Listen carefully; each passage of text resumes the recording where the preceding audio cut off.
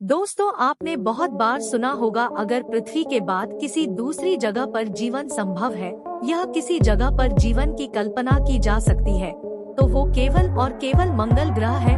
हालांकि वैज्ञानिकों का मानना है कि हमारा ब्रह्मांड इतना बड़ा है, तो उसे कैसे हो सकता है जिसमें केवल पृथ्वी पर जीवन संभव हो। उनके अनुसार ब्रह्मांड में और भी ऐसे कई ग्रह मौजूद है जिस पर जीवन पनपता है और हमारी तरह जीवन वहां पर फलता फूलता है। फिलहाल कुछ वैज्ञानिकों ने यह भी दावा किया कि पृथ्वी पर जीवन मंगल ग्रह की यात्रा करके आया है, यानी कि जीवन पहले मंगल ग्रह पर था और मंगल से जीवन अब पृथ्वी पर आ गया है। अब इस बात में कितनी सच्चाई है, इसकी पुष्टि तो हम नहीं करते, लेकिन क्या कभी मंगल ग्रह पर जीवन था तो उसका जीवन कैसे और कब नष्ट हुआ, सबसे बड़ा सवाल है। इसलिए आज हम इसी विषय पर बात करेंगे और जानिए आखिर ऐसे कौन से हालात रहे होंगे जिन्होंने मंगल ग्रह को बेजान बना डाला, लेकिन पृथ्वी पर जीवन को भेज दिया कि आने वाले समय में पृथ्वी के साथ भी ऐसा ही होने वाला है कि पृथ्वी से भी जीवन ठीक उसी तरह से लुप्त हो जाएगा जैसे मंगल से लुप्त हो गया है। यह बात आप सभी जानते हैं कि सभी ग्रहों का जन्म तारे से होता है और हमारे सौर मंडल के सभी ग्रह भी सूर्य से ही जन्म लेते हैं।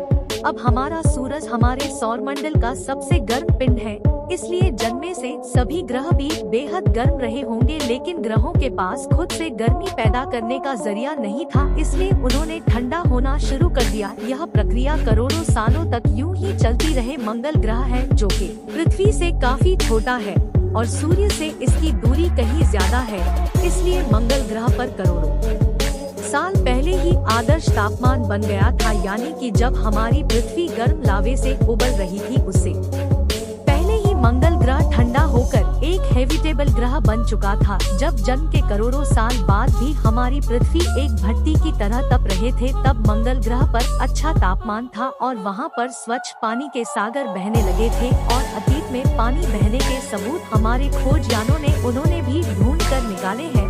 मंगल की इन्हीं महासागरों में सुख बैक्टीरिया जन्म लेने लगे और किसी भी ग्रह पर जीवन की शुरुआत बैक्टीरिया से ही होती है, जबकि बड़े जीव बनने के लिए उन्हें फिर एक लंबा समय चाहिए होता है, जबकि मंगल ग्रह पर उन्हें उस समय नहीं मिला क्योंकि तभी एक एस्टेरॉयड तेज गति से आता हुआ मंगल ग्रह से टकरा गया, जिससे हजारों परमाणु बम के बराबर है उसे स्टोर से ऊर्जा निकलती है और उसे मंगल ग्रह पर ऊपरी हिस्सा खत्म हो जाता है। इस टकराव से मंगल ग्रह के बैक्टीरिया अपने आप नष्ट हो गए और उसी समय एक और ग्रह दावा हमारी पृथ्वी से टकराया डॉट और प्रति के 2 टुकड़े हो गए। बात और है कि तब पृथ्वी पर कोई जीवन था ही नहीं, तो टक्कर से प्रत्येक टुकड़े हुए उसमें बड़े वाले टुकड़े के तो हम और आप आज पृथ्वी के नाम से जानते हैं और उस पर रहते हैं, और जो बचा हुआ छोटा टुकड़ा था उसे हम आज चांद कहते हैं। पृथ्वी की उस ग्रह से हुई टक्कर एक अच्छा संयोग था क्योंकि इससे भविष्य में पृथ्वी पर जीवन जीने लायक परिस्थितियां बनने वाली थी। साल 2014 में नासा के रोवर ने मंगल ग्रह की एक जबरदस्त तस्वीर निकाली। इस तस्वीर में गोल पत्थर दिखाई दिए थे जो हजारों साल पानी बहने के कारण बनते हैं। साथ तस्वीर में काफी सारे दरार और नदी रूपी संरचनाएं भी थी, जिसको देखकर वैज्ञानिकों ने यह अनुमान लगाया कि एस्टेरॉयड की टक्कर के बावजूद भी मंगल की धरती के अंदर तरल रूप में पानी रहा होगा, जो कि ज्वालामुखी के फटने के कारण भाप के रूप में अवश्य बाहर निकला होगा। आपको यह भी पता होना चाहिए कि मंगल ग्रह पर अनगिनत ज्वालामुखी है। एवरेस्ट की चोटी से 3 गुना ऊंचा मंगल का ओलंपस पर्वत भी असल में एक ज्वालामुखी ही है। जलवाष्प के रूप में ज्वालामुखी ने जब पानी फेंका तो मंगल पर बादल बने, जिससे बारिश हुई, जिससे एक बार फिर से मंगल ग्रह पर जीवन पर अपना शुरू हो गया। लेकिन दूसरी बार पनपने वाला जीवन भी यहाँ लंबे समय तक नहीं चल सका क्योंकि सूर्य से ज्यादा दूरी होने की वजह से मंगल ग्रह पर तब ज्यादा ठंड हो गई थी और उसका पानी बर्फ के रूप में जमना शुरू होगी था और मंगल के अंदर से जो कमी थी वो भी इस बर्फ की वजह से दबाना शुरू हो गई थी। मंगल ग्रह पर अत्यधिक ठंड होने की वजह से उससे बैक्टीरिया जैसा सूक्ष्मजीव भी समाप्त हो गया था। दूसरी तरफ तभी पृथ्वी पर तापमान अब सही होने लगा था और चंद्रमा के गुरुत्वाकर्षण ने प्रगति को तब एक बेहतरीन स्थिरता प्रदान की, जबकि ऐसी स्थिरता मंगल ग्रह पर नहीं थी क्योंकि उसके दोनों उपग्रह बेहद छोटे हैं और उनका गुरुत्वाकर्षण बल मंगल ग्रह को एक दूरी पर बांधने लायक नहीं है, जबकि हमारा चंद्रमा काफी बड़ा है और से गुरुत्वाकर्षण बल हमेशा पृथ्वी को एक तरफ झुका कर रखता है, जिसके लिए से यहाँ सर्दी, गर्मी और बारिश वाले मौसम बन पाते हैं। पृथ्वी पर जीवन केवल मंगल ग्रह की तरह बैक्टीरिया में नहीं बन पा, बल्कि यहाँ पर समुद्रों में कई तरह के जीव विकसित होने लगे। लेकिन जब पृथ्वी के पास ओजोन परत नहीं थी तो कोई भी जीव समुद्र से बाहर नहीं निकल सकता था, लेकिन पृथ्वी पर आदर्श तापमान की वजह से ऐसे बैक्टीरिया का निर्माण हुआ तो सूरज की गर्मी को सहन कर सकते थे। इस अनोखी घटनाक्रम के जरिए बैक्टीरियल जीवन के लिए एक बेहतरीन पदार्थ का निर्माण करने लगे जिसे हम ऑक्सीजन कहते हैं।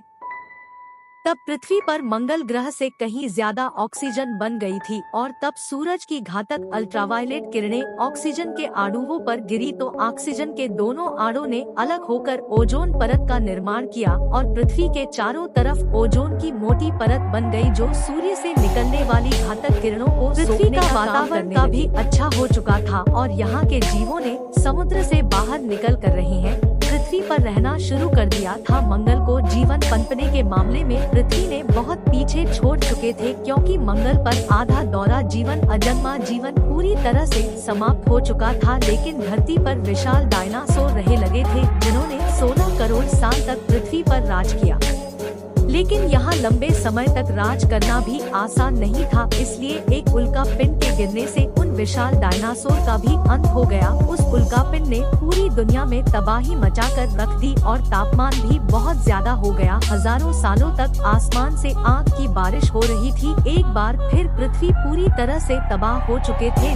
आज से 6.5 करोड़ साल पहले धरती पर हर तरफ नरक जैसी मंजर दिखाई दे रहा था, लेकिन हमारे लिए एक वरदान साबित होने वाली थी, क्योंकि अगर डायनासोर का अंत नहीं होता तो हम और आप यहाँ पर नहीं होते। उनके अंत के साथ ही स्तनधारी जीवों की प्रजातियों को आगे बढ़ने का मौका मिला। पीढ़ी दर पीढ़ी इनमें कई तरह के बदलाव देखने को मिले और करीब 6 करोड़ साल चले। इस बदलाव की वजह से इंसानों जैसे बुद्धिमान प्रजाति का जन्म हुआ, जहाँ पहले डायनासोर अपनी ताकत के दम पर राज करते हैं, वहीं आम इंसानों ने अपनी बुद्धिमानी के दम पर राज करने का हुनर सीख लिया। हमने यहाँ मौजूद हर साधन का इस्तेमाल करना सीखा और आज हमने इतनी तरक्की कर ली है कि आज हम खुद का विनाश भी कुछ सेकंड में कर सकते हैं।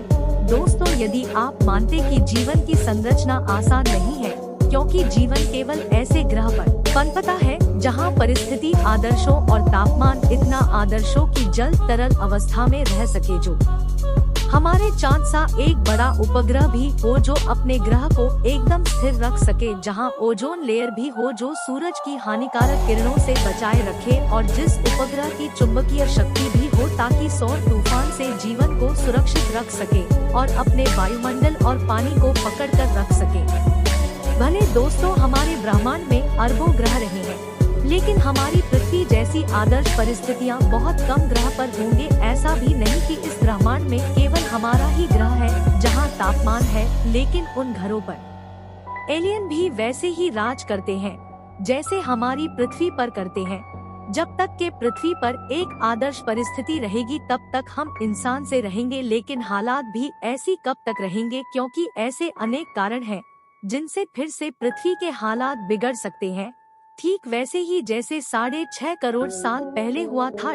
डायनासोर की तरह हमारा भी खात्मा हो सकता है। क्या पता किसी एस्टेरॉयड से हमारे पृथ्वी टकरा सकती है, या फिर किसी घातक वायरस से हमारा हो सकता है। फिर हम इंसान ही परमाणु बम और जैविक हथियारों का इस्तेमाल करके अपने आप को खत्म कर सकते हैं। दोस्तों, कभी न कभी पृथ्वी से जीवन का खात्मा तो अवश्य होगा, लेकिन ये सच है, हम इंसान का पूरी तरह से सफाया नहीं होगा, क्योंकि अभी आम इंसान इस धरती पर केवल 2 लाख सालों से ही है, क्योंकि यहाँ जीवन अरबों सालों से, जिसमें पृथ्वी ने हजारों मुसीबत का सामना किया है और आने को बाद यहाँ नष्ट हुआ है, लेकिन फिर से यहाँ जीवन पनपा है। यानी जीवन हालात के हिसाब से खुद को बदल लेता है। इसलिए अब कोई अगर घटना पृथ्वी पर होती है तो से भले कि हमारा खत्म हो जाएगा, लेकिन जीवन को जाने वाले परिस्थितियाँ यहाँ से स्थायी रूप से खत्म नहीं होंगे और यहाँ एक बार फिर से जीवन पनपेगा। जैसे आज हमारा यहाँ पर राज है, ऐसे ही किसी और गया पर राज चलेगा। यह प्रक्रिया यूं ही चलती रहेगी और आगे भी ऐसे ही हालात बनते और बिगड़ते रहेंगे। हाँ, यह बात और है कि एक न एक दिन पृथ्वी का अंत जरूर होगा और इसकी वजह बनेगा हमारा सूरज की सूरज ऊर्जा का भंडार है। और जैसे जैसे इस ईंधन खत्म हो रहा है, वैसे वैसे इसका आकार भी बढ़ना शुरू हो जाएगा। 2 अरबों सालों बाद सूरज 15% बढ़ चुका होगा और तब पृथ्वी काफी ज्यादा गर्म हो चुकी होगी और यहाँ से जीवन पूरी तरह से पलायन कर चुका होगा। सूरज का ईंधन पूरी तरह से समाप्त हो जाएगा, तब इसका आकार भी पूरी तरह से बढ़ जाएगा। उस समय सूरज का फैलाव हमारी पृथ्वी तक पहुंच जाएगा और हमारी पृथ्वी पिघलकर सूरज में समा जाएगी। इसलिए मैं इतना ही कहना चाहता हूं कि हमारे पृथ्वी अमर नहीं है, ठीक वैसे ही जैसे हम और आप अमर नहीं है। इसलिए में किसी चीज का घमंड नहीं करना चाहिए। इस ब्रह्मांड में जिस किसी भी चीज का जन्म हुआ है उसका अंत निश्चित है। जिस तरह से एक समय वे मंगल से जीवन समाप्त हुआ था, ठीक उसी तरह से हो सकता है कि मंगल पर एक बार फिर से जीवन लौट जाए। लेकिन यह कब होगा, कैसे होगा, यह एक लंबे समय की प्रक्रिया है। इसलिए आपको घबराने की जरूरत नहीं है। यह अरबों साल का प्रोसेस है और तब तक हम और आप यहाँ होंगे नहीं, इसलिए आपको घबराने की जरूरत नहीं है। आज की वीडियो में बस इतना ही। अगर वीडियो पसंद आए हो तो वीडियो को लाइक और ऐसे वीडियोज के लिए चैनल को सब्सक्राइब जरूर करें। धन्यवाद। जय हिंद।